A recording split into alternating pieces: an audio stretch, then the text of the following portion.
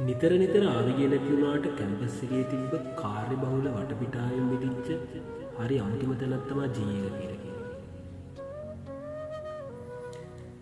කොහේවත් නැති තරම් වැඩ ගොඩක් පිරුණු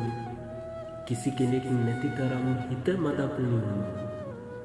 මල් පාර කෙළවරේ පල්ලමක තිබුණු අසපුවක සිසිල ඇත ජීයකේ දෙනුණු වෙහෙස නිවනා ගතම සනසන නිහඬ සිසිලක ගිලුණු කෑම බීමට වඩා වැඩියෙන් පොතට බරවුණු කටසරට ලුණු මිරිස රොටියට ප්ලේන් ටියවිය නිවුණු වැඩිය නොයනා ගියොත් නොයනා තැනක් එය මග හැරුණු